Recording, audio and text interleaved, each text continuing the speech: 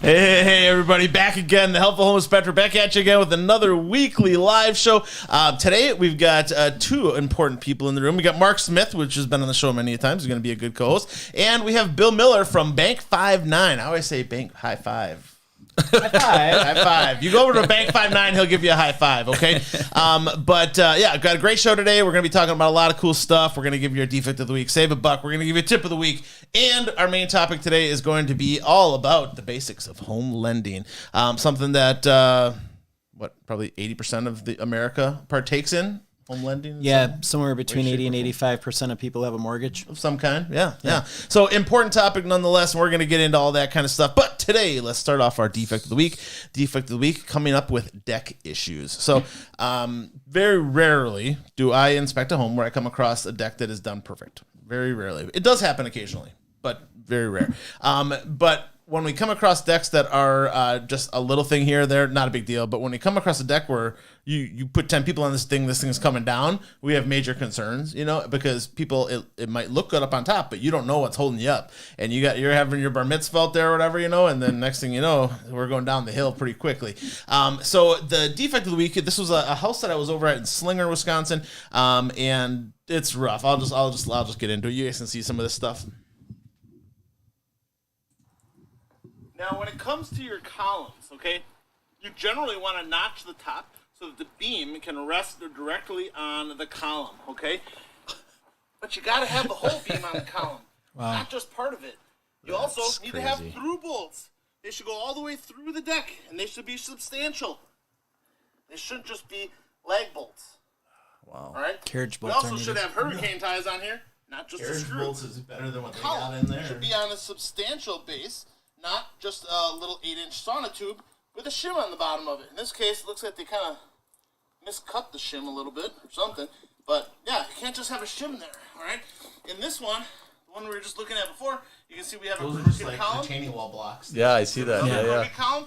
We have a bowed-in crooked column, all right? Wow. Oh, that's attached there. Come on. Wow. Piece of wood.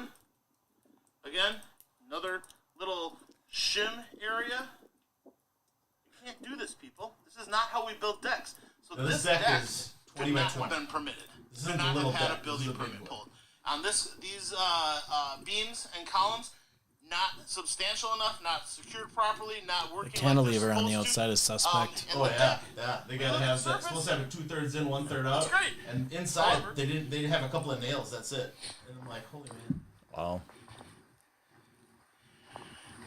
When you get into the underside here, you look at the bottom of this column.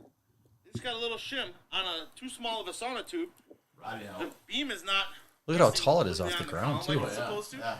They don't have any through. Like I could stand underneath this. When that goes, that's a long way to go. Okay. If there's a bunch of people on there. Right. Very obvious. You can see this columns are not doing what they're supposed to do. They had a problem, so they tried to shim one in there. I mean, my phone is not crooked, people. Okay.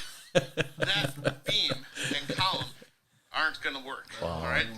We can also see the ones along the house over here, not even on the little 8-inch sonotube all the way, And as far as this all goes, yes, we're built into hill, but you still need to dig down and get proper sonotubes in there and have proper securing to the structure, okay, for the columns and beams and stuff. And they just don't. We're just missing so many pieces here. And then when you get into the joist where's the ledger board? It's not attached to the house at all. They butted the end of the joist right up against the house. It's just self-sustained, just on its own. Just standing on those 6 sticks you see coming down. Cantilever into the home. Those ones on the end actually went into the house, but weren't secured at all. But the ones in the middle, 1/3 out, 2/3 in. Never more than 1/3 out. Okay. So that is a hot mess, and it was. Needless to say, quite the eye-opener for the prospective buyers. And, I mean, it's a newer house. You're looking at a house built in 2006, So, yeah, while I don't inspect for building code in 2006 existed, And in Slinger, they have a building inspector that should have inspected that thing. So there was no way that was ever inspected or anything like that. It was not constructed by a professional, obviously. Wow. And it's the time of year where everybody's going out. And guess what? They want to build a deck, right? Decks are great. Decks are awesome. It's just that you need to do it the right way. Now, one of the things that you can do to ensure that you do it the right way, get a building permit. The building inspector is going to make sure that you meet the minimum standards for construction of that deck and making sure then that everybody going onto the deck is very safe. As you can imagine, somebody going onto the deck that we were just looking at, oof. I mean, if you're up on top, the railings look good, the balusters are good, it's nicely stained, the boards are spaced the right distance and everything, the railings are the right height, but the underside, what's holding up all that weight of all that wood, not to mention the people and stuff, it's like, holy cow, that's going to be a headache. But one of the downsides of being the home inspector that came in and inspected, I don't find out what happened afterwards.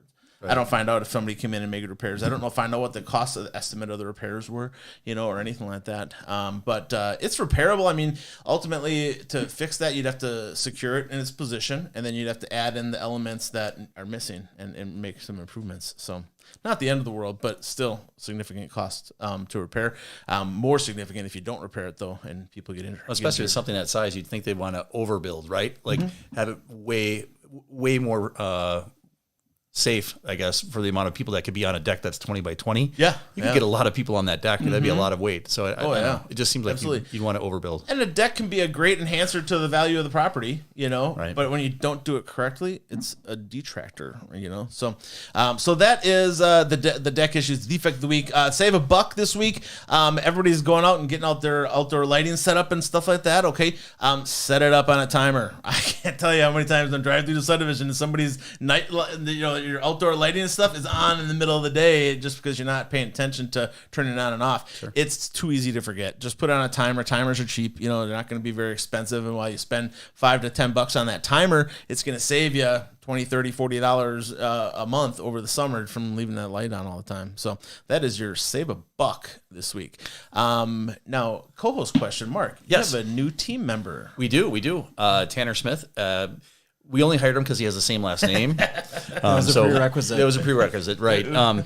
Actually, no, that's our son, Tanner. He is a UW-Madison grad, and he was in inside sales and saw the success that we were having and said, you know what, I want to become part of the team. He took his real estate exam. We are now currently waiting for his license to come in from DSPS, but he's excited. He's already talked to a lot of people that are in his sphere about what he's doing. Sure. And we made an announcement, obviously, but it's huge for us because of the fact that he's got a lot of experience with social media, technology, and he's a lot like his mom and dad. He's very competitive, so it's excellent to have him on board. Yeah. And I mean, while we as 40, 50-year-old guys, okay, we are buying into the social media stuff. The under 30 crowd, they're like, it's entwined in them, know? And you look at his feed, he's probably got thousands of friends, and that kind of stuff. And his reach of people is going to be huge. But definitely reach out to the Smith team. Whether you contact Tanner, Mark, or Sheila, they're going to be good to take care of you on the real estate side of things. They'd be happy to help you out anywhere in southeastern Wisconsin, but primarily the Lake Country, our license is for all of Wisconsin, but we definitely work in that quarter, that 83 quarter from Mugwanago up to, let's say, Neshota. Yeah. Awesome. That's great. All right. Now, getting into our special guest of the day, Bill Miller, Bank 5-9. How long have you been doing banking stuff, dude? 22 years. 22 years. That's a long time to be banking. Yep. Yeah, that's awesome. And all of it with Bank 5-9?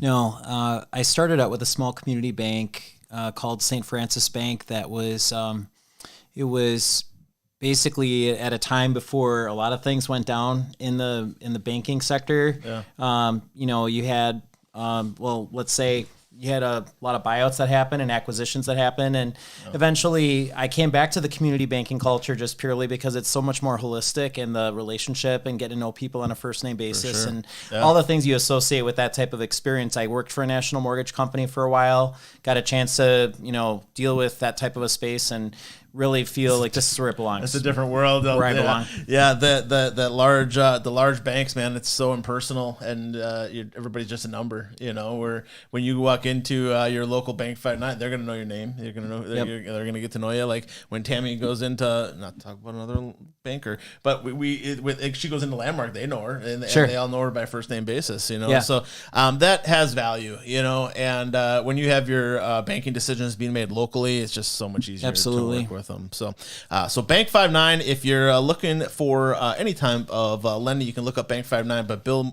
primarily mortgage is what you Yeah, well, so new construction, lot loans, 1 to 4 unit properties. I'm doing investment properties. Commercial stuff at all? We do have an excellent commercial department. We're one of the best SBA lenders in Wisconsin. Sweet. And, it's surprising when you get to help someone buy a mixed use property where they come to me for the financing advice and I bring in a subject matter expert on that, get them a low down payment fixed rate mortgage for a commercial property where they've had limiting beliefs on whether or not they could get it done, and then create a client for life. But then you got the experts in the room too to help you make those decisions, which is awesome. So cool. All right, now as far as rates, which anybody that is in currently hunting for mortgages or have a mortgage or anything like that, they are always concerned about the rates. What are we looking at right now on your conventional 30-year fixed? Yeah, so there is a considerable spread in the way that we're looking at the way mortgages get priced today. Fannie Mae puts out these mortgage bulletins usually every month, and particularly they make some kind of State of the Union calls towards the end of the fourth quarter where they're going to basically change some rules. Mm-hmm. So what they did was they made it more cost effective for first-time buyers to get a mortgage by reducing what they call the loan level price adjusters or the surcharges. Think of it like you went to the airport, Matt, and your bag weighed too much, like maybe my wife's does occasionally. 56 pounds? Yeah. And I calibrated the scale, honey. I swear it was right. And all of a sudden, next thing you know, that person who used to be able to get a 20% down, 740 credit score used to be the benchmark to get the best interest rate. Yeah. Now, for someone coming in, they need to have 30% down and be a 780 credit score to get the very best interest rate. 780 is not easy. Yeah, exactly. You got to be on top of your game, and you maybe don't carry a lot of debt. So to answer your question, interest rates, depending on all those factors, are in the mid to low sixes. Mm-hmm. And we are seeing first-time buyers getting in right now. And lenders have to be way more savvy about how they're putting those quotes together too, because there are some factors that dictate that. Sure. Low sixes to high fives for someone in that situation. High fives. Oh, yeah. And it's something where you don't even know what you don't know if you're not working with someone that's been trained on those programs. Yeah, for sure. That's to be in that 5 to 6 range, that would be what I would consider normal. A normal interest rate. 3. Like some people, it used to be 3. That's not normal. We can't expect that to come back anytime soon, correct? Absolutely not. Yeah. If you honestly took out 2020 to 2022, you would consider 6% a good interest rate, a median interest rate historically. Yeah. Now, Mark and I, you guys talk about how's your phrase go? As far as the 30-year fixed rate, what is it? Marry the. Oh yeah, you want to marry the house but date the rate. Marry the house but date the rate. That's right. I have a schematic in here. Tammy, you want to bring up the computer real quick? So this is kind of by the decades. Like when my parents bought a house in the 80s, they paid. Whoops. Oh my gosh, I lost my spot. There you go. There we go. So when my parents bought their house in the 80s, they paid 18% interest. It says 12, but they paid 18% interest for a 3-bedroom ranch in Appleton, Wisconsin. Okay. And like in the 2010s, we were in that the 4s was the bottom end of it, right? That was the lowest that we really heard from the 2010 to 2020. And then the 2022 happened, or 21, 22, we jumped into the 3s. And in some cases, even below 3, I think. Yeah, 2.75 I've heard. 2.75 I've heard in the past. Yeah.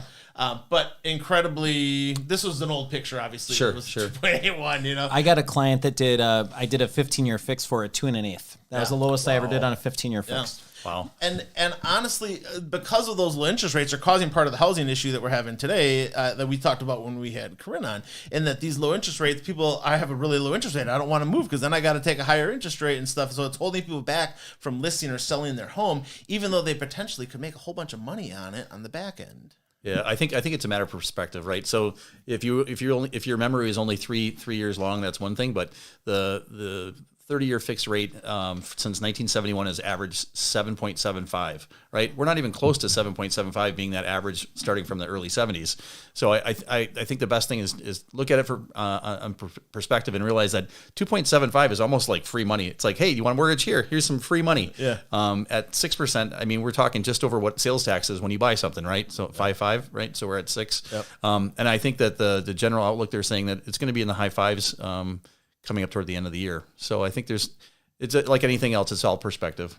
Yeah, there is some really important dates coming up on the horizon for the calendar. One is going to be May 10th. You see the Consumer Price Index and the monetary policy with the Federal Reserve. They take a 12-month rolling average of this measure of inflation. Okay. And there's a housing rental component to the inflation calculation that they add in, and that's the most impactful measure to the inflation reading. And there's when they drop off April of 2022 off the rolling average, we're going to see a significant improvement in the inflation reading. May 10th, that'll disappear then, right? Yeah, and there's going to be a move for rates, and a lot of the people in the mortgage sector, if you go online and you just search for that, you would see quite a few bits of content online about it. Yeah, sure. Now, before we get too far into the depths of the lending process, there is some terms that for those of you that are in the audience that maybe have never bought a house before, have never had a mortgage before, maybe in some cases never had a loan before. Mom and dad might have gave you your first car. Who knows? You need to understand some terms. And as we start talking about Fannie Mae, Freddie Mac, it's a government. They government secured.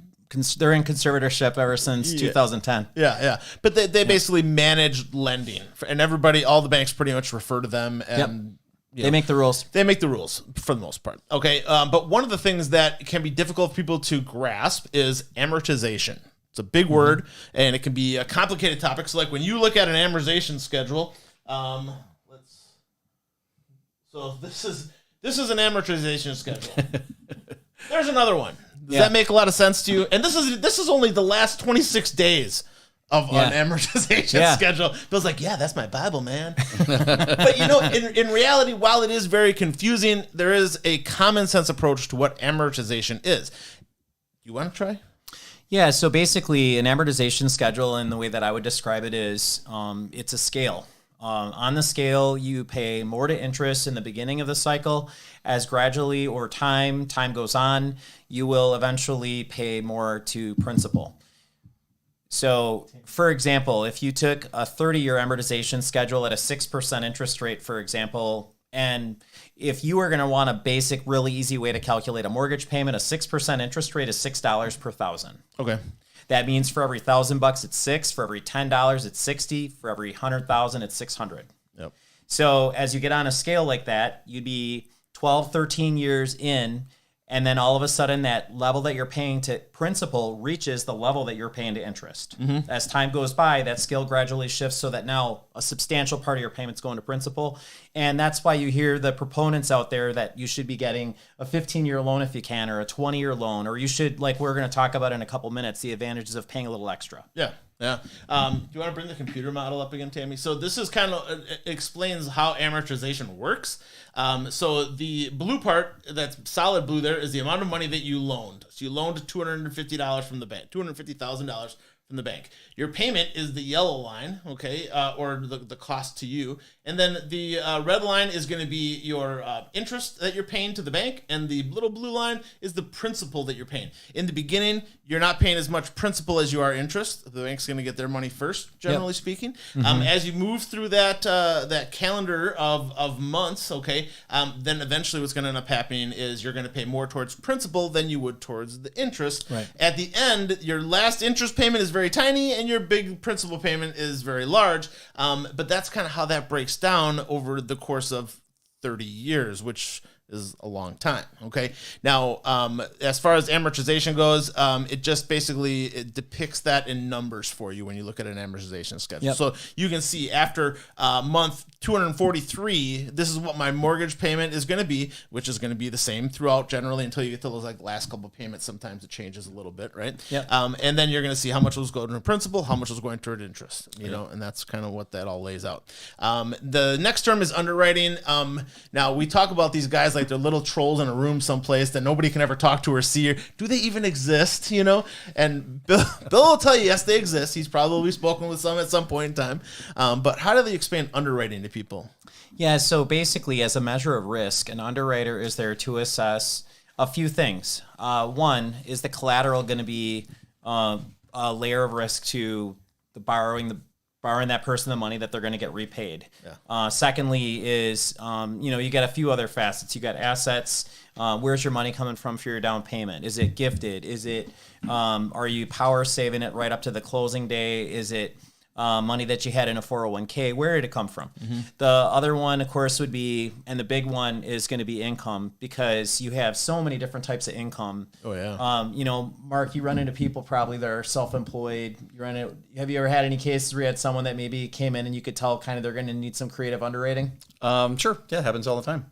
Yeah, the creative underwriting piece happens when sometimes someone's self-employed and maybe they've only been in their new business for a year. Sure. But they had a history in that type of business before. That's someone that Bank 59 wants to talk to. Yeah. You have situations where someone is commission based, they're overtime, they have a part-time job. We got to look at all that rental stuff. properties, everything Yeah, else. we got to look at all that on a case by case. Yeah, and that's really what the underwriter is. He breaks down all the different elements of where the money's coming from, making sure you're a good bet. Making sure the bank is worth betting on you. That you're not gonna... compensating factors. Yep. Okay, cool.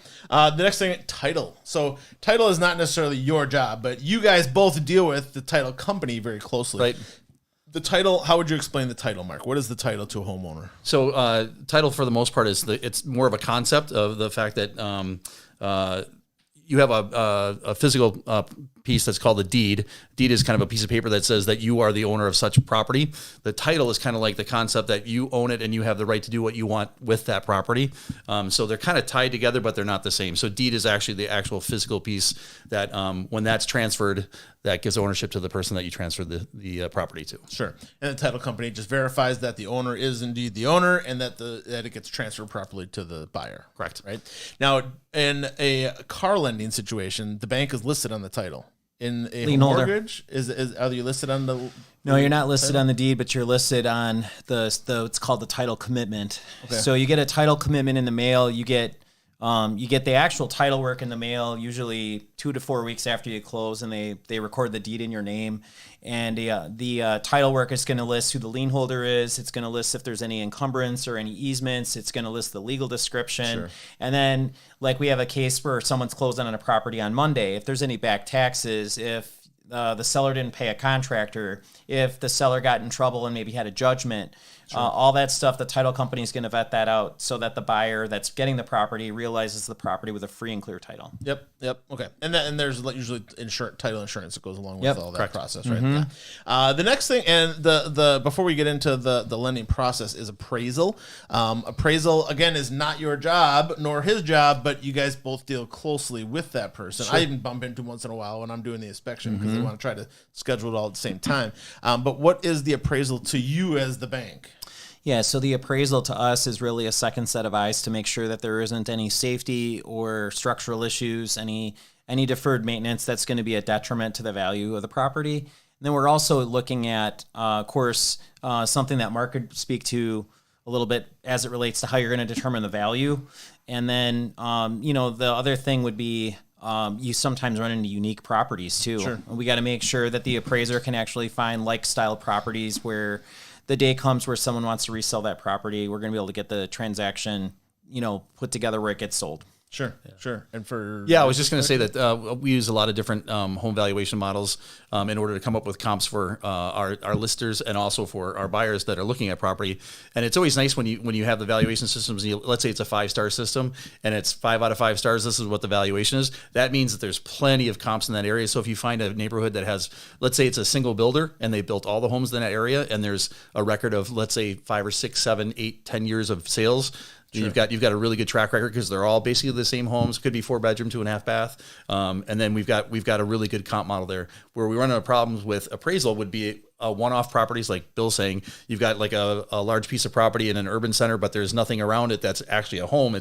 You've got school buildings, you've got manufacturing, you've got things like that. That's where you might run into an issue with appraisals. Sure. And the interesting thing that'll come in is when you have like someone like myself or Mark, where we're going to get tested, right? Like for example, there's a ranch property for sale right on Washington Avenue in Cedarburg right now. It's a 3-bedroom ranch, but the seller converted the garage into an office space that formerly was used as a dog grooming studio. And now and it's zoned commercial, but they adamantly want to sell it as a residential property that someone's going to live in. Now you look at going to the community and getting it rezoned. Yeah, and what's in the proximity of that? There's commercial buildings on either side. You've got the street view. You have a lot of factors. That's going to be something that mortgage companies have to look really closely at, including Fannie Mae, because if that seller defaults, what happens? You're stuck with the property. Yeah, Yeah, you gotta and figure out then what to scratch do and with it. dent sale. Yeah, that's never fun for the bank to deal with either. Anybody, right? Yeah. Good example. Yeah, exactly. All right, so that is just some terms that are commonly if you go to talk to a real estate agent or a lender about your home loan, those are terms that you're going to generally talk quite a bit about. Okay, now let's get into the lending process. The first step of the lending process, which we talk about almost every time, is the pre-approval letter. So the pre-approval letter, essential. Okay, this is something you do probably on a daily basis, I would imagine. Okay, what is a pre-approval letter for those of you that have never done it before? So to anyone that's actually looking to get started, there's these apprehensions. Am I going to be approved? Will I be approved for the amount I desire? Yeah. Oftentimes we see people put the carriage before the horse, and they see the really fancy, shiny car in the showroom, when in reality they should have been looking for one out on the used car lot. Yeah. And that metaphor really applies to the idea that you shouldn't start window shopping or set up a search with Mark until we had a chance to help you gather established credit, established assets, established income. For example, you can be fresh out of college, Matt, and you don't have to have a 2-year work history. Really? With Your time in school is nor a treated as regular employment history. Yeah, you have to have, if you have a college degree Yeah. and you can show you have a transcript, you don't need to actually have a 2-year work history. They will treat that as work history. So how do they count that for income then, though? So basically, that person would be going into a profession where they're going to get salaried, Okay. or they're going to get a full-time 40-hour guaranteed work week with consistent income stream. Yeah. Where you'd run into trouble would be if that person was going to go and have a straight commission job. Or be self-employed or something Yes, like that. correct. Yeah. So pre-approval, just zooming out for a second, just to come back to your original question, would be to basically say, we have a list of criteria that we have to check that we've been elaborating on a little bit a minute ago, and we want to meet that criteria on the pre-approval, and now lenders are having to go a step further.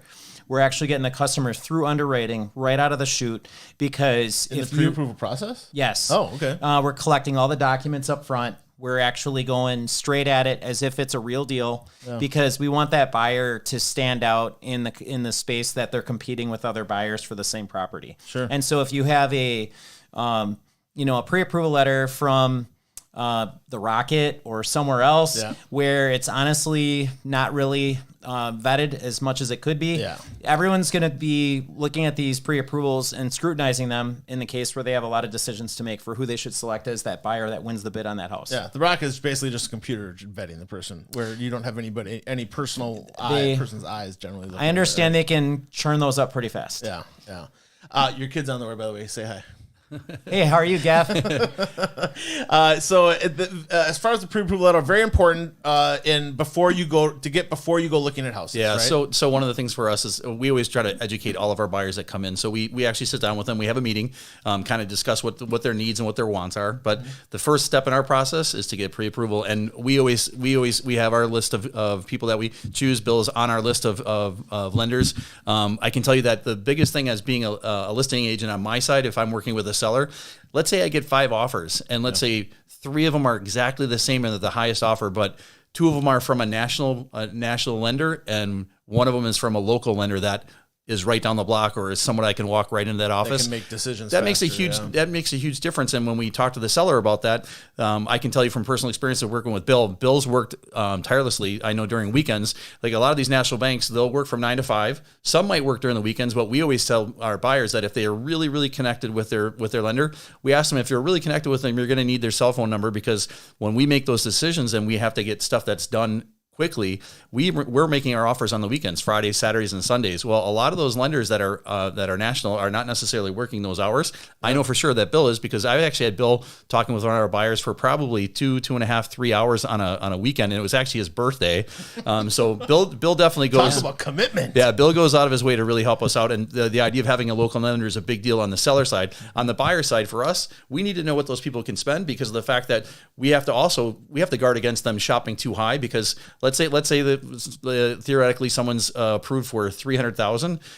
Well, in this market right now, you can't shop at the 300,000 mark because you have nothing to fight with, because a lot of these offers now are going above Over asking. Yep. Yeah. So what we say is, hey, let's dial that back down a little bit, maybe shop in the 260 area, 270, and then let's go from there, because you might be able to find exactly the same property, but not at be that top rate. Yeah, that pre-approval letter is going to lay out what you can afford, generally speaking. And if you push the limits of that, you're pushing the limits of your pocketbook at the same time. So you want to keep that within reason. There's one other really big distinction I would make, and it's that all lenders right now have to literally go through a process where they're pre-approving a home seller that's going into upsizing or downsizing, basically at a two-facet process. Because basically, Matt, I'd have to say to you, if you and Patty didn't fall in a spot where you could get your house sold ahead of time, I have to qualify you maybe at a price point maybe that doesn't give you your full affordability potential. Yeah.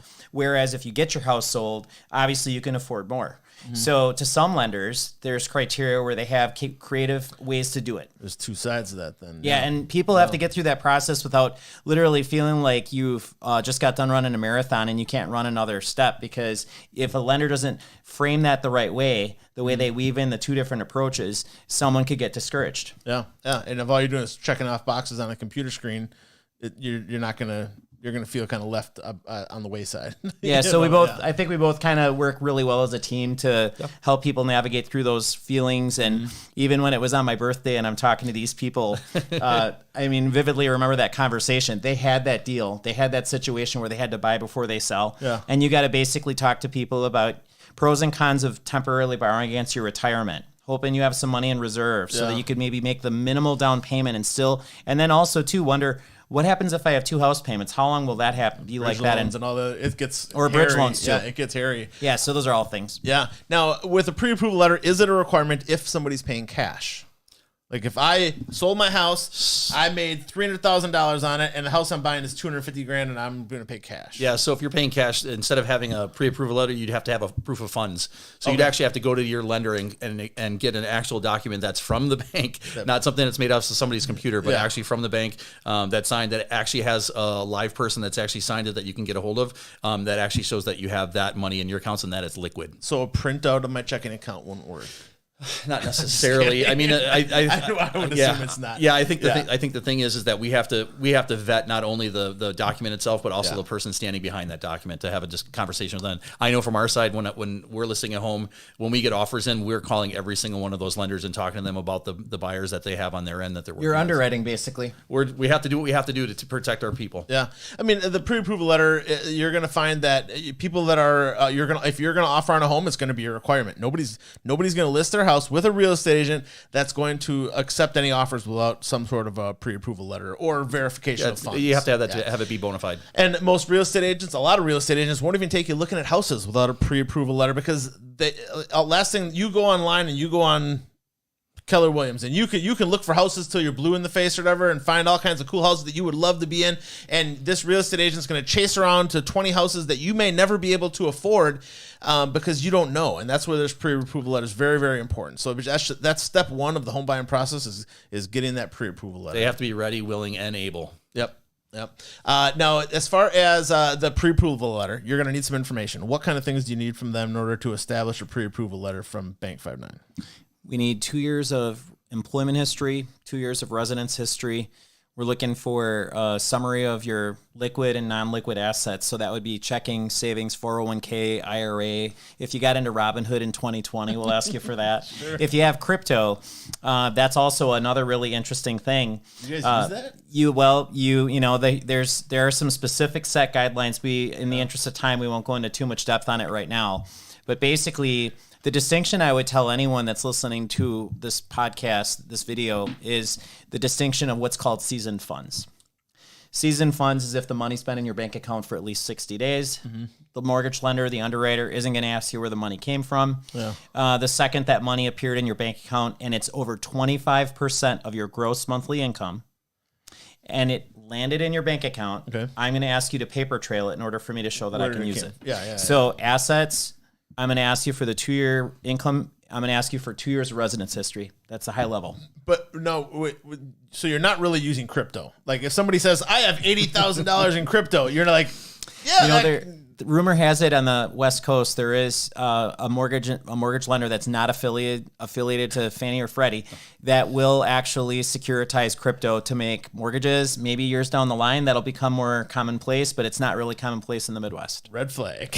Yeah, Not something I'd want to work with. And you have to actually liquidate certain assets in order for you to. And that makes sense. Like if you want the crypto account, you got to liquidate it, put it in your checking account. Yeah, exactly. And then we're going to paper trail the liquidation of it too. Sure. Yeah, to prove that it's legit funds. Yeah. There are occasions where you can, get creative with how you're verifying funds and you can like gifts, certain things. But high level, that's what's going on. Sure. Now, to get a pre-approval letter, how much does it cost a buyer? Boy, if it costs anything, that buyer should call us. That's what I would say. I don't think I've ever paid for a pre-approval letter in all the homes. Lender wants to earn your business. They're gonna take you through that process. Be a good steward of helping you get educated and make sure you get a pre-approval in a timely manner. Yeah, I mean, a lot of when you're choosing the bank to go with, are you going to be able to communicate with the person? Are they available to you? Are they nice to you? Do they seem like they want your business? You know what I mean? And somebody that's going out there wanting to charge you $150 for a pre-approval letter is not somebody that wants your business. Well, credit reports tripled in cost this year I bet. at the beginning of the year. So some lenders are it's starting to factor into their cost of doing business for how much a credit report costs now. Yeah. And I don't know. I have feelings about credit reports and all that kind of stuff. How it would, they're managed by outside companies and they can make money off of my credit score. And I mean, it's just kind of a crazy concept, but it's reality. They're going to get more regulated here coming up, and there's going to be some changes to the FICO scoring model by 2025. Right now there's 3 major credit bureaus: TransUnion, Equifax, and Experian. Yep. There is talk that they're going to eventually have some reform around that area. I won't go into more depth than that at this point. Yeah, I mean, they're an outside business, so they have to be paid for their work and stuff. But we gotta, also keep it real. These are people's scores and stuff that you're making money off of. So, with that, as far as the pre-approval letter goes, when you get a pre-approval letter from a bank, is it a commitment to the bank at some kind or at some level? It's really not a commitment in that there are still some facets to the transaction that could impact whether or not you go to a successful closing. You could have a title issue. Okay. You could have an appraisal issue. Well, and you talked about starting underwriting as part of the process too, so that is even more in depth than just what used to be just a surface. Yeah, and there are some lenders that are getting really creative in the way that they guarantee that you're going to go to a successful closing, or they will basically put their some dollars behind it. Sure. But basically, ultimately, from the standpoint of the vetting process, you get as far as you can ahead of knowing what's on title, ahead of knowing could there be something going on with the collateral, and you get that vetted out as best as you can. Yeah, it's not an absolute commitment, but you got to look at this. This person is doing work for you at no cost to you, generally speaking. And I mean, while you don't actually owe them the farm, you do owe them a little bit of loyalty as long as they've gone out there and done the work for you. Just like a real estate agent goes out and shows you 40 houses. Okay, and they get paid nothing for showing you 40 houses. And then, I found my neighbor down the street that wants me to buy her house. And it's like, I just spent how many weekends with you? I mean, Mark, you got to know that's a thing. It here's the thing. It happens. We do everything in good faith, right? The idea is that if you can help people and educate them and help them through, it's all going to come back as a point. Yeah, exactly. Yeah. All right. The next thing we got to talk a little bit about is when, as a matter of the pre-approval letter, it comes in a digital form, or is it something you got to pick up the bank and get signed, or? No, at this point, we're doing pre-approvals on the fly to the point where, let's say, Matt, you come to me and I'm able to run a credit report literally on the fly. I could be doing a pre-approval in the on car. Your birthday. I have my laptop with me. I can do the pre-approval within minutes because I have the credit report. Obviously, when I say minutes, I'm able to check all the boxes and solidify all the details. Sure. So basically, an average pre-approval without exaggerating takes about an hour. Yeah. And how long is it good for generally? 120 days. 120 days. So and you have 3 months or 4 months to go out and find your house. And when we had a little bit more of the volatility, that 120 days, even though that's what the letter's for on the bank side, for us as a listing agent, we'd probably look for something that's a little shorter. So we might even ask for something that's a little bit more current, because the volatility when it's going up a half to a full percent, or then you're worried more about that, because if they're already at the top end and that interest rate went up another percent, we have to protect our sellers and say, hey, do you mind getting an updated pre-approval letter? Yeah. Just to make sure, because we want to make sure that both sides know what's going on. Yep. Well, and sometimes it takes a year to find your house in this current market where there's not as many houses available. It might take a long time. In which case, they just call you back up and say, "Hey, I need to update my pre-approval letter or whatever. I'm getting close to 120 days." And I'm assuming it's a little bit easier, right? Yeah, it is, because you already have everything in your system. Yeah. The sales cycle does cause us to fall into a place, though, sometimes where, like, we have a customer that will be, it would be 30 to 60 days, they'd be under contract. Sure. Now it could be anywhere between 6 to 12 months, depending on the client and their expectations. Yeah. And it could be Saturday night at 6 o'clock, and I'm saying to the person, I got to repull your credit right now, Mr. Customer. And all of a sudden, they maxed out their credit cards. And if I didn't repull their credit, I would be doing Mark's seller a disservice. Yeah, because when you get to closing, you're gonna have a problem, because you're not gonna get to closing. They verify they verify your funds and everything right up to the last day before closing. And if you screwed up and went out and bought a $80,000 car, that's gonna screw things up. We always tell people they're gonna buy a vehicle between accepted offer and closing. You might want to make it a van, because you're gonna be living in it. Maybe down by the river. Right. Yeah. Now, getting a pre-approval letter, running credit scores mildly affects your credit score ish. There's a common misconception that you can't go to multiple lenders. And to be impartial for the audience and just to, not have a bias, I will say you are allowed to shop for a mortgage. It says so right on the CFPB website.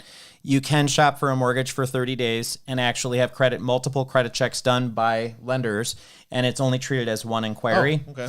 And as far as I can see, I see people that go and get multiple credit card checks to save money get a discount on your stuff at Macy's or whatever. Kohl's or wherever, yeah. Yep. Those are counted one for one. So you shouldn't see a drastic difference. If you do, it's going to be less than 10 points, and after 1 month, it'll rebound. Sure. The other thing too, we always say, well, what are you waiting? What are you holding on to that credit for? Because if you're worried about your credit getting nicked, well, what are you saving that credit score for? It's to buy a house, your biggest investment, right? Yeah. So. Yeah, get in on it. Right. All right. So that is the pre-approval letter. Very important first step of going out and looking for a home, going out and looking and getting that mortgage process started. The pre-approval letter is essential. All right. Now, as far as the process goes, after you get your pre-approval letter, you find your real estate agent. You're going to go out and you're going to start looking at properties. You're going to find that dream house, and you're going to put in an offer and hopefully get an accepted offer. Now, that accepted offer, while it doesn't always come as easily as we make it sound, it is a lot of work in getting there. So you may have to go look at a bunch of houses. You may look at a bunch of pigs with lipstick on it, but hopefully you'll find a dream house in that bundle. After you find that dream house, get that accepted offer, then you're going to make the bank aware that you have an accepted offer, and you're going to want to lock in your rate, right? Yep. Locking in a rate, how far in advance can we lock in a rate? Generally speaking, 45 to 60 days. And the longer you ask the lender to commit to the rate lock, that will also cause your interest rate to be slightly higher in most cases. Okay. All right, cool. And locking in that interest rate, you guys just guarantee that that's going to be the interest rate that you pay at closing, as long as your closing falls within that window, correct? Yeah. And a lot of times right now, customers are asking us if we can float down. Oh, okay. So that would basically mean if, let's say, interest rates go down a quarter, 3/8 of a point over the course of the transaction, it's popular for a good lender to be able to help the customer, educate them to know what makes interest rates tick. Right now, the 30-year fixed rate mortgages follow the 10-year treasury yield pretty closely. Okay. So like today, for example, on April 18th, the 10-year treasury yield was at 3.59 today. Okay. The lower the yield goes, the lower interest rates go. Automatically? It'll follow, it'll trend with it. Okay. So for anyone in the audience that wants to know like where rates are headed, you can look at the 10-year treasury yield. You can just Google it. You can go on CNBC, Market Watch. You can just pick one, and you can just kind of gauge that. That's a good way to look at it. But we're helping people understand how rates tick. Is there anything on the economic calendar that's going to influence the direction of interest rates? Yeah. Now, all of these things, you guys are happening very quickly in the very beginning of you getting your accepted offer. So you have your accepted offer. You let your bank know you're going to get your lock in your rate and stuff. You're going to pay your earnest money, which back when we bought ours, we had to find our checkbook. I don't even know where I'd find it today. It's in a drawer someplace. But nobody writes checks for that anymore. It's all basically credit card usually, I believe, right? Actually, we have a couple different ways we can do it. But basically, earnest money is traditionally between 1% and 2% of the purchase price of the property. Yep. So let's say it's a $300,000 house. Your earnest money would normally be about $3,000. If you want to make a really strong offer and up your earnest money, you could do that. Yep. It's due within 5 days of that offer being accepted. So you don't actually have to send the money in when you put the offer in. It's when it becomes accepted. Yep. So you have 5 days, and that includes postmarked up to 5 days. So if it doesn't get there until the week after, but it's postmarked on that fifth day, right. You're still okay. But yeah, we generally now a lot of the buyers are using something called trust funds. Okay.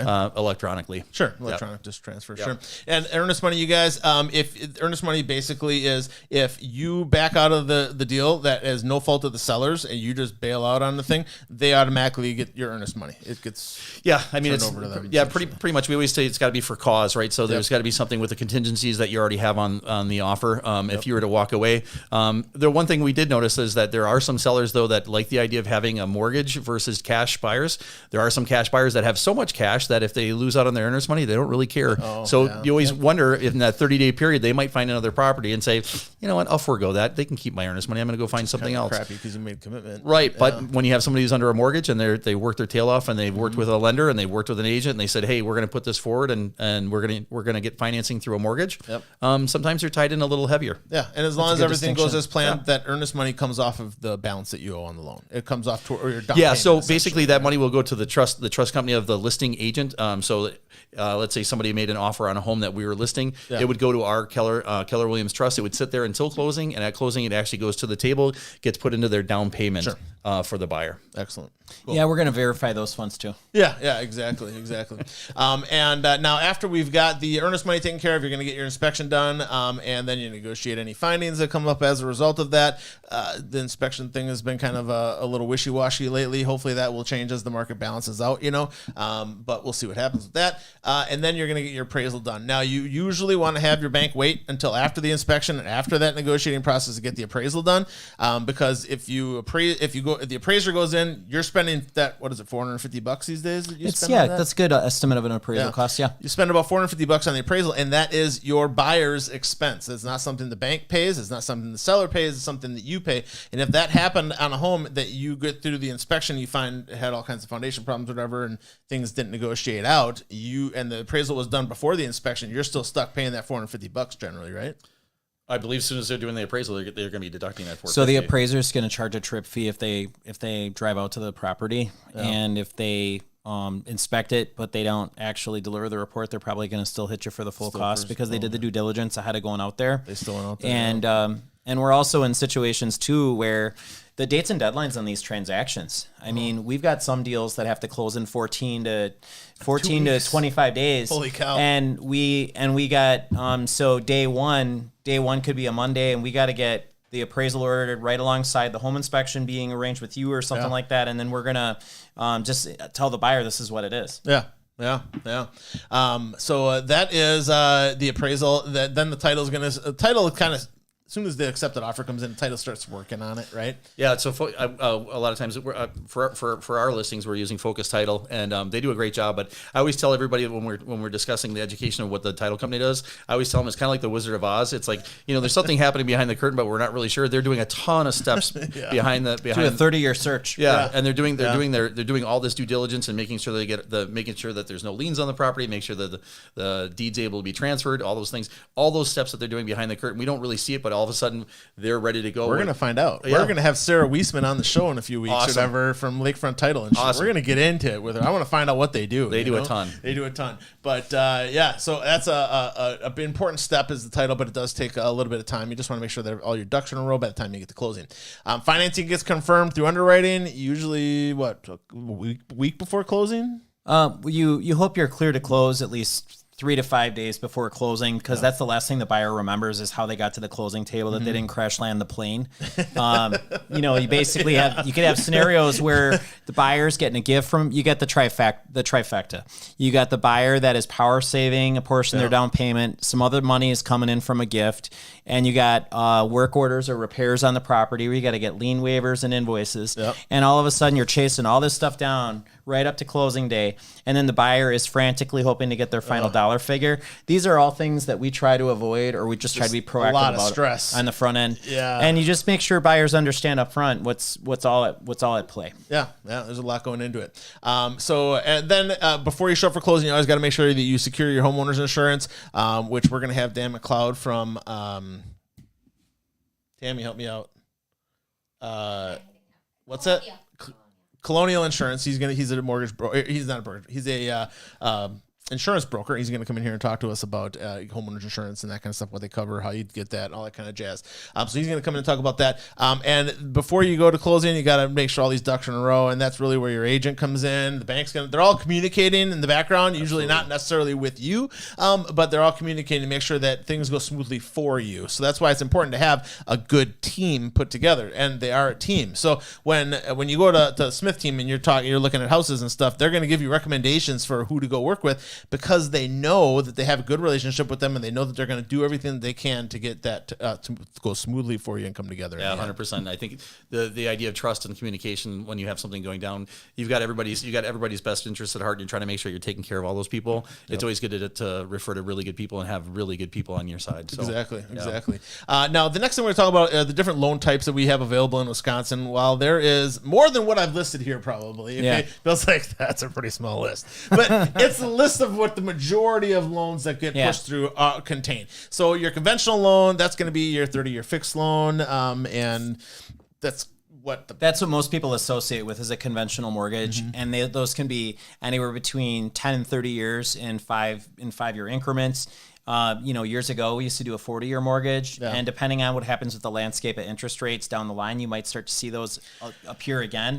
Although they're kind of scary to me. Jumbo loans and stuff, right? I mean, that's in the same range, right? Yeah, it is. How do you get such a big number now? I mean, your average loan back in the day used to be $200,000, right? Today, your average loan is probably $350,000. It's in the realm of between $250,000 and $350,000, depending on the area, and the idea that you would have a loan where you would, if it's 12, 13 years to get to principal and interest breaking even, what would you think if I told you that it would take you 22, 23 years for principal and interest to level out on 40-year money, and whether or not that's a really good move to make? Maybe dial back the purchase price a little bit, keep yourself in a loan that you can pay off in a reasonable time frame before you're going to get your AARP card in the mail. Well, and honestly, most people aren't buying their forever home. Right. When you're shopping around people, Mark knows, okay, yes, you may love this home, but you're only going to be here for 7 to 10 years. That's really the reality of most people, right? Yep. Yeah. So when you're looking at a 40-year mortgage and you're only going to be there 10 years, you're never going to make the positive side on that. They're not super prevalent right now, but I wouldn't be surprised if you start seeing them again. The one distinction I want to make for everyone is how important first-time buyer programs are today. We do have some programs. You have the Fannie Mae Home Ready program, and then Freddie Mac has one. WIDA, which is in Madison, Wisconsin Housing and Economic Development Authority. They have some programs where literally buyers can do 100% financing, and they can finance their closing costs. They can literally come in with just the cost of a home inspection. WIDA is Wisconsin only for those of you state bond program. National watchers. If you're not in the continental United States, or you're not in Wisconsin, you'd want to check and see if you have a bond program. Sure. That's what they're called. Okay, cool. Yeah, and then a national program here in the United States is FHA. FHA is HUD. We used it for our first loan. I mean, it made sense. I didn't have to come up with 20% down because it was our first house. And I came up with 6% or 7%, whatever it was, and it 3.5% down is the minimum. The big thing about FHA that the Biden administration really helped home buyers by significantly lowering the cost of mortgage insurance. They lowered the cost of mortgage insurance by 40% from what it was last year. Using those 3 dirty letters, PMI? Yeah, private mortgage insurance. They lowered that cost. Folks who have under a 680 FICO score can go in and get an FHA loan and still get a reasonable interest rate, reasonable mortgage insurance. And FHA affords them that, provided that they don't have any issues competing in the market with other types of mortgages on other offers. Yeah, PMI, for those of you that weren't around, it didn't really exist before 2008, right? Ish, or it might have been small, but we bought in 2009, and our PMI was outrageous, and about 4 or 5 years later, it kind of came back down to earth a little bit. We refinanced or whatever and got it down to a reasonable amount, but PMI basically insures the mortgage for the lender. So the lender gets, so like let's say that you go and you buy a house and you put 5% down and you're a first time buyer. Yep. The lender is insured with what they call 25% coverage for first time buyers. Okay. That means they're insured all the way down to 75% loan to value. The lender is protected if the buyer defaults, if the buyer tears the house apart, if the house goes into a big state of disrepair, the lender is protected. And that's basically what happens. You talk about what's going on in the Wizard of Oz behind the curtain. There is actually someone that participated in purchasing a pool of mortgage-backed securities that were sold on the secondary market on Wall Street, something like that. In fact, a lot of people outside the United States buy our bonds, and that's where the mortgages all come from. So PMI is a needed thing in order for you to not put 20% down. Yeah, and while you're paying it, it is the bank's insurance. It doesn't help you other than the fact that you can get the loan because the loan requires it. So but PMI jumbo loans too. Yeah. You're starting to see some of those do less than 20% down where they'll get some PMI on those, but a lot of lenders with jumbo loans want 20% down to do. PMI really went crazy because of all the foreclosures and bad practices that were going on to the 2007, 2008. People were getting 0% down, that kind of crazy stuff was going on. And so that's kind of where it kind of got out of hand a little bit. But it's much more reasonable now than it used to be. So it's got a bad rap from what it used to be, but it's much more reasonable these days. And something that we've been doing recently, the last 2 or 3 years, because of the fact that the home equity rate has gone up a little higher. So normally 4 to 5% per year, you're expecting to get on your home equity to increase. Yeah. The last few years has been more around 10 to 12%. So what we've been doing, besides having an agent for just buying and selling homes during that time period in between there, we're also helping a lot of our clients, our forever clients, and saying, hey, if you have PMI right now, we're going to let you know every year what your home valuation is. And when you get to that point where it could be around that 20%, we're going to send you that report so you can maybe go back and talk to your lender about, hey, our valuation of our house is over that 20%. Now we have more than 20% equity. Yeah. We'd like to deduct it. We'd like to stop having to pay Sometimes PMI. You may have to get a true appraisal to get that done, but the cost of the appraisal is going to save you a bunch of money still. Another advantage of going with local servicing with a local lender, because you can get through that process a lot smoother compared to your call being answered in the order it was received and not knowing whether or not you're going to actually computer, whether or not, and honestly, they do not have a lot of reform around how they validate the process to remove mortgage insurance. Yeah. It can be lender specific. Yeah. Yeah. Now we do also VA lending is something I think Bank 59 does some of that. We do. We do VA loans, USDA loans, and FHA. They're all kind of part of the HUD family, Housing and Urban Development. The VA kind of is its own wing. Yep. But USDA and FHA have some parallels and a lot of the guidelines like chipping and peeling paint and stuff like that. Yeah, some of the same rules and regulations. Yeah. Now the advantage to working with a local lender like Bill, would be you can go in and you can talk to him and hey, this is our situation. He knows all the different modes of lending that's available to you, and he's going to find the one that works best for you and is the best to your advantage and your situation. We are probably going to run a little bit over, Tammy. I'm sure our audience will be okay with that. Just letting you know. So, as far as the available loans, there's just a small list that we presented here today, but no, there's a lot more of them that are available. What role does the credit roll play in the products available to you? Obviously, the higher your credit score, the better deal you're going to get. It really took on a lot more prominent role this year. It's always played a role, but that's some level. But basically, conventional loans are available down to a 640 credit score, but the mortgage insurance companies still base their decision. Like, let's say you and I and Mark go and get Corvettes, and I'm a habitual traffic offender. Those new Corvettes are pretty sweet. They are sweet. They really look like supercars now. But, I can't wait till the ZR1 comes out. Oh my gosh, yeah. Yeah, but so hypothetically speaking, I'm the person that's paying the high cost of PMI insurance if I have a lower credit score because it's no different than really your insurance for other things. Bigger risk. Credit does get checked. It's considered a measure of risk. Yeah. But we also fall into these situations where people don't even realize if you have 3% down, that also increases the rate of PMI. If you have below a 680 credit score, lenders should recommend FHA loans where where the customer's not gonna really get taken to the cleaners on the cost of the mortgage insurance. I have had customers that had to got a quote for $400 for PMI. Holy cow.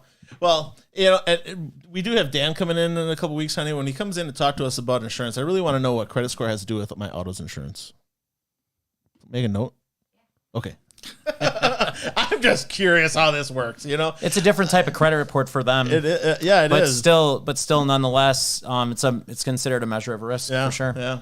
Now, as far as your mortgage goes, there is different ways you can look about paying your mortgage. You can just pay your regular mortgage payments every time. You can make an extra one once a year. Anytime you make an extra payment towards your mortgage, it dramatically affects the end product that you're paying for, right? Well, you're reducing the average cost of your daily cost of interest is being reduced when you make a large principal reduction. Mm-hmm. So a popular thing for you homeowners that are going to eventually sell and upsize or downsize would be to look at the idea that you're going to apply maybe some additional equity after closing, some cash after closing that goes straight to principal. Sure. You're technically reducing the effective interest rate on your loan by paying extra money towards principal every month, because the bank, it's messing up that amortization table for the banks for them to earn as much interest on you as they would have liked to have earned. Yep. So basically, we see situations, to your point, where like we at Bank 59, we do biweekly payments. So that would mean that you're going to make 26 half payments instead of 12 full payments. The idea that you would make one extra payment per year. And that's going to, depending on the interest rate, it's going to save you anywhere between 4 and 6 years of payments on your loan. So you honestly, and I jokingly say this to my wife, who's also a mortgage lender at Bank 59. Hi, Stephanie. That the trips to Starbucks, all the other things that we're doing all the time, if you would actually make a concerted effort to measure where your money is going, and actually have that little bit extra go to principal, take one, if you don't have the ability to do biweekly, go ahead and just figure out what 1/12 of your total mortgage payment is and add that per month. Sure. Yeah. I mean, it makes a big difference in the end. Paying those extra payments once in a while is a good idea. Now, if I default on my loan, you're making a commitment. You should not default on that loan. But if hard times come or whatever, and you can't make your mortgage payments or whatever, call your bank, talk to them. It's the first step, okay? And figure out if there's options, right? The bank wants, especially a local lender, you can talk to them and figure, hey, I lost my job, I can't make my, but I'm gonna get a new job sooner. How long can I have, and try to work it out with the bank first, right? Right.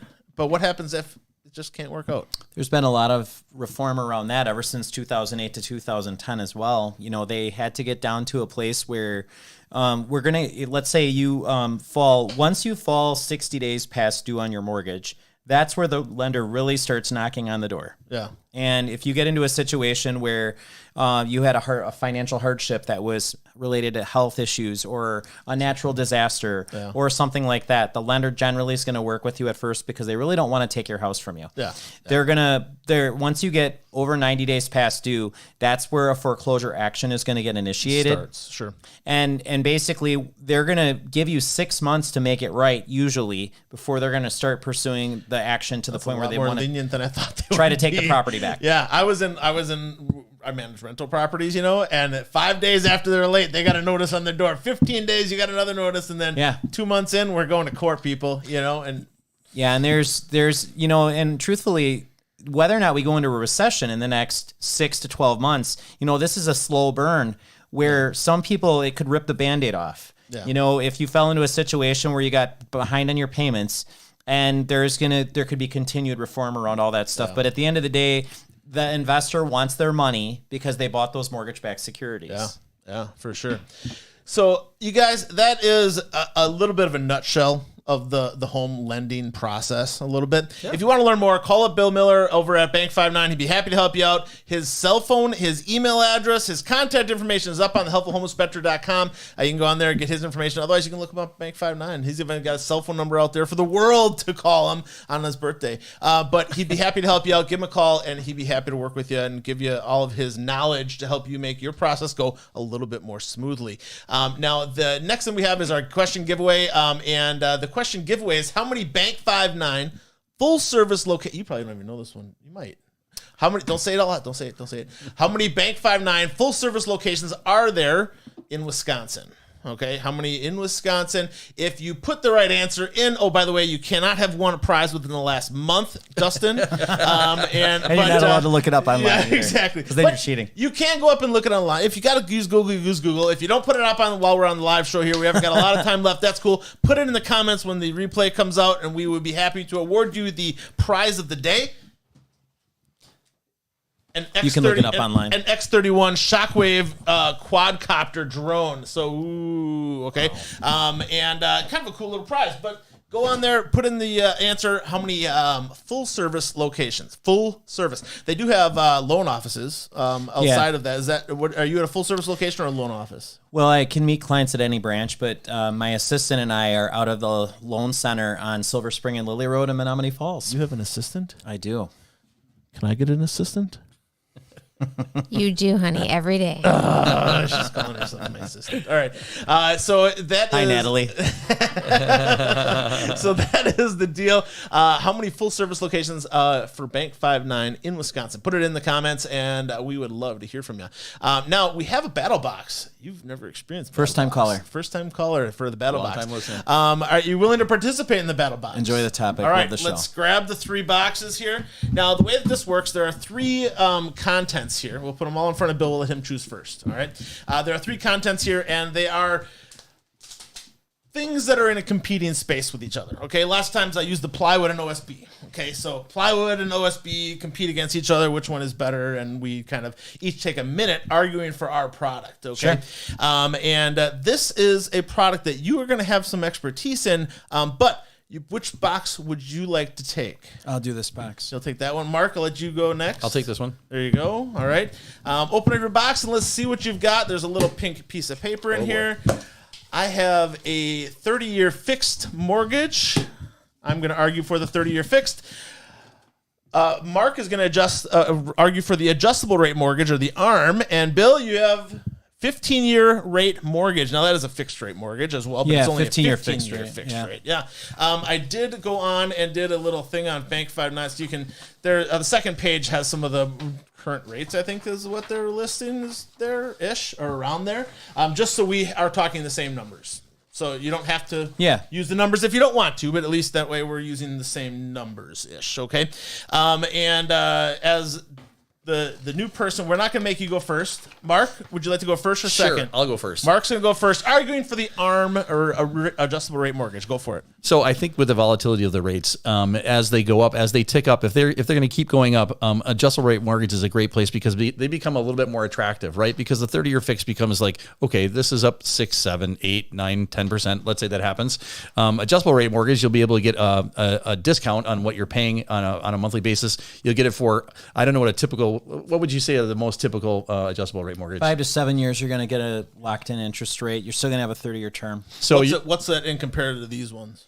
Well, it varies. It varies on a lot of factors, but usually you'll save anywhere between, let's say it could be anywhere between 1/4 point to 3/4%. Oh, okay. So the best part about that is that you're gonna be gambling a little bit because the fact that 5 and 7 years you're gonna bet that those higher rates are actually gonna be coming back down. And like we always like to say that you want to marry the house and date the rate. So adjustable rate mortgages are great because you can take advantage of having that discount for that short period of time, that 5 to 7 years, and at that point in time you can go back and you could sign for another adjustable rate mortgage, or you could actually do a 30-year fix or a 15-year fix at a lower rate at that time when they're available. Change it up. I would also say, too, that there is a bet here that people are going to be able to get a lower interest rate in the next 2 to 3 years. It's a bit of an adjustable rate mortgage is a gamble of sorts. Sure. But it's all about your comfort level, just like with the stock market. Are you not comfortable gambling? You look at bonds. Okay. If you're comfortable with gambling, you look at the. Are you risk averse? Right? Yeah, exactly. Crypto or exactly. stocks. Exactly. Yeah. Crypto. Boom goes the dynamite. Yeah, that's exactly it. Now, basically, we each take a minute, and now I can just talk about 30-year fixed rate mortgages for my entire minute, or I can go talk against his or against yours and that kind of stuff. So I'm going to talk about the 30-year fixed mortgage, and the 30-year fixed mortgage is probably the most common loan product out there. Most people look at it when they're initially purchasing their home, and it probably is the majority of the loans in the United States at this time. And your 30-year fixed rate is going to be a little bit higher than the ARM. It's going to be a little bit higher than your 15-year fixed, but it also allows you to spread out the money over that 30 years instead of a 15-year period. So your loan payment is going to be smaller. In the general world of things, if you're looking at a $300,000 house, your payment normally might be $1,100 on a 30-year fixed mortgage. On a adjustable rate mortgage, it might be a little bit more than that, but depending. But your 15-year mortgage is going to be about $600-700 more than that. So instead of $1,100, it might be $1,600 or $1,700. So you're paying more money per month. Now you can then take that $400 or $500 a month that you're saving, invest it in the stock market, or do whatever you need to do with it, making that payment a little bit smaller for you, but it is stretched out over 30 years. I still could refinance it at some point if I choose to, but I know what my payment's going to be for the next 30 years. And with an adjustable rate mortgage after 7 years, what are interest rates doing? Are we going up to 12%? Ooh, now you got to refinance as quick as you possibly can, and refinance does cost money. I don't know how much Bank 5.9 costs, but yeah. So refi costs something. Yeah. Well, without while I'm staying compliant. I will say that the the closing costs depend on the program and depend on all the character traits. Do we have to use get a new appraisal, or can we use the existing one? Without paring it down beyond that, I would say that if you're risk averse, a 30-year fixed rate mortgage is a safer bet. It's a solid way to go. Yep. Okay. That is my minute. You're next, man. What do you got? Yeah. So my play for the 15-year fix would be a situation where I'm a downsizer. I'm close to retirement. I have a substantial amount of equity in my property. I talked to my financial planner. He says that I want to accelerate this debt and I want to make a conscious effort to get it paid down quickly. And those are the big plays for the 15-year money. Too often we fall into a situation where we give someone a 30-year loan and they swear on the Bible they're going to pay extra, but then all of a sudden that new Corvette comes out, and next thing you know, paying extra doesn't have as much luster as it did before. So the 15 years is going to lock you into that opportunity to really keep that interest cost low. Yeah. Yeah, and honestly, Tammy and I went with the 15-year. That was what we ended up doing, and it's just to get our mortgage down faster. I mean, save on the interest in the back end of the loan and stuff like that. So I'm not going to pay the bank as much interest. My loan's going to be paid off faster. And we had, honestly, when we refied at 2.75, and we had already been in the house for 8 years or something like that. So we had a bunch of it paid down already. Plus the value of the home's skyrocketed and stuff, so it really worked out for us. But there's multiple ways that you can look at it. Put in the comments, which would you prefer, 30-year fixed, 15-year fixed, or an adjustable rate mortgage? We'll see who wins. We'll look at the end of the week. Yeah, I think the best thing is they all have a place, right? They do. It's like having another tool in your toolbox. Yep. Interest rates go up, you've got adjustable rate. You got interest rates go down, you got a 30. You're looking at a shorter horizon, like Bill's talking about. Let's say you're 50, 55-year-old, your kids are gone, and you want to buy an executive level executive ranch somewhere, and you only want to have 15 years because at 65 I'm retiring, right? I'm washing my hands. They want to be done with their mortgage as well. And if you're prepaying that loan on a 15-year note, and you're really gonna drill it down, you're going to reduce that interest even more. You're going to get a comparable interest rate between 15-year money and the ARM. You're just going to lock yourself into that shorter amortization, which, like you said, is more expensive per month. Yeah. But for that person in the right situation, it's beneficial. And we do run spreadsheets for people, a very specific spreadsheet. I kind of nerd out on it, and it's one of my favorite things. I create something called a total cost analysis for customers, where at first I'm tailoring numbers around different price points. But then once I do their annual mortgage review, I'm going to show them the benefits of the different programs in the way. And we never put someone back to a new 30-year. If they had their loan for 3 years, I'm going to max out at 27 years. Sure. So that they're coming out ahead on the back. Yeah, because you don't want to reset it and sugarcoat the savings. That's not doing anyone any favors. You reset it at 30 years, now you're giving the bank more interest money. Yeah, and I just convinced you to take a 33-year loan on your house. Exactly. So there's a place for it all. Talk to your lender. Find out what the best option for you is and for your situation. All right. Now, as far as the top 5 return on investment improvements, we're going to probably say that till next time, Mark. We're running a little bit long today. Sure, yeah. So we'll do that next time Mark's on the show. We'll talk about the top 5 return on investment improvements you can make to your home to increase the value of your home. We are, however, still going to give you our tip of the week. The tip of the week this week is dig out your window wells. It's that time of year, people. So Tammy, if you can switch me over to the computer here. Let me see if I can zoom this in here quickly.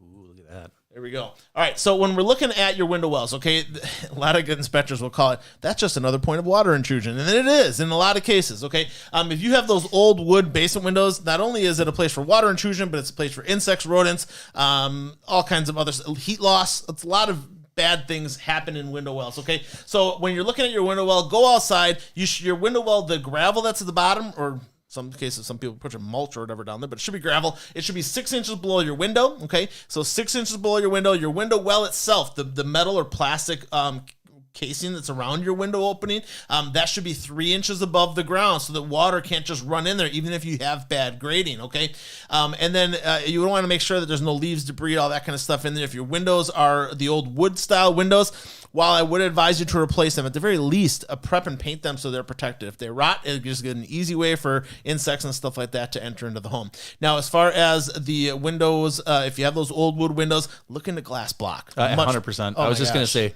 and the great thing about glass block too is that security, they're really good. Yep. You don't have to worry about those wooden panes, and then also they make the new ones now that actually have a vent, so you can actually get fresh air in your lower level. Yeah, or put your dryer vent through it and that kind of stuff. Yeah, sure. Lots of options. But the glass block is going to be water impervious. It's not going to let water into the house, even if you do get a bunch of snow and water in there. Putting the little covers over the top, if it makes you feel good, go for it. And a lot of times it's like a 2-day process. They come and measure, and they're in by the next morning. They're done. And it's amazing how fast they can do that for you. If you're in southeastern Wisconsin, West Bend Glass Block. West Bend Glass Block. All they do is glass block. That's they'll come in, they'll come out and measure your windows. They'll come out the next time, and they'll be in and out in no time. And they do it super cheap. Last I heard, it was like $150 a window for your normal. Window, but don't quote me on that. Call up West Bend Glass Block, get an estimate. But lots of great options there with Glass Block as far as venting, dryer venting, water intrusion, all that kind of stuff. Really a great idea. Now, as far as our show next week, we got co-host Mike Severson coming in. We're going to be talking child safety in your home. We're also going to cover 2 subtopics, which are going to be 5 early spring home maintenance items that you need to do, and to flush or not to flush. It's a good question, right? You're curious. Courtesy flush. Well, yeah. Depends if you're playing poker or not. Depends on what we're talking. You want to flush if it's that. Yep. It's called a teaser. So we're teasing the audience. Come on back next Tuesday, all right? But lots of great stuff here today, you guys. If you have interest in getting a mortgage or looking at a home, talk to these 2 guys. Mark Smith is your real estate agent. Give him a call. Smith Team Wisconsin. They're on our website, but you can also look them up on Keller Williams, and then also Bill Miller from Bank 5-9. If you're looking for a mortgage, talk to this guy. He's local. He's here to help you out and advise you. And even if you don't decide to go with him or whatever, he'd be loving to talk to you and give you some of his information that he's got in that big brain of his. Any last comments, guys? Go with Team Smith. Make your dreams a realty. Ooh, he's got a tagline. Better believe it. Bank 5-9, making lives better. Nice. Yes. All right. That's the show for today, you guys. Thanks again for tuning in. This is the Helpful Home Inspector, Matt Yates, coming at you live from Hartford. We'll see you next week. Have a good one. Remember, you guys, the better you take care of your house, the better it's going to take care of you.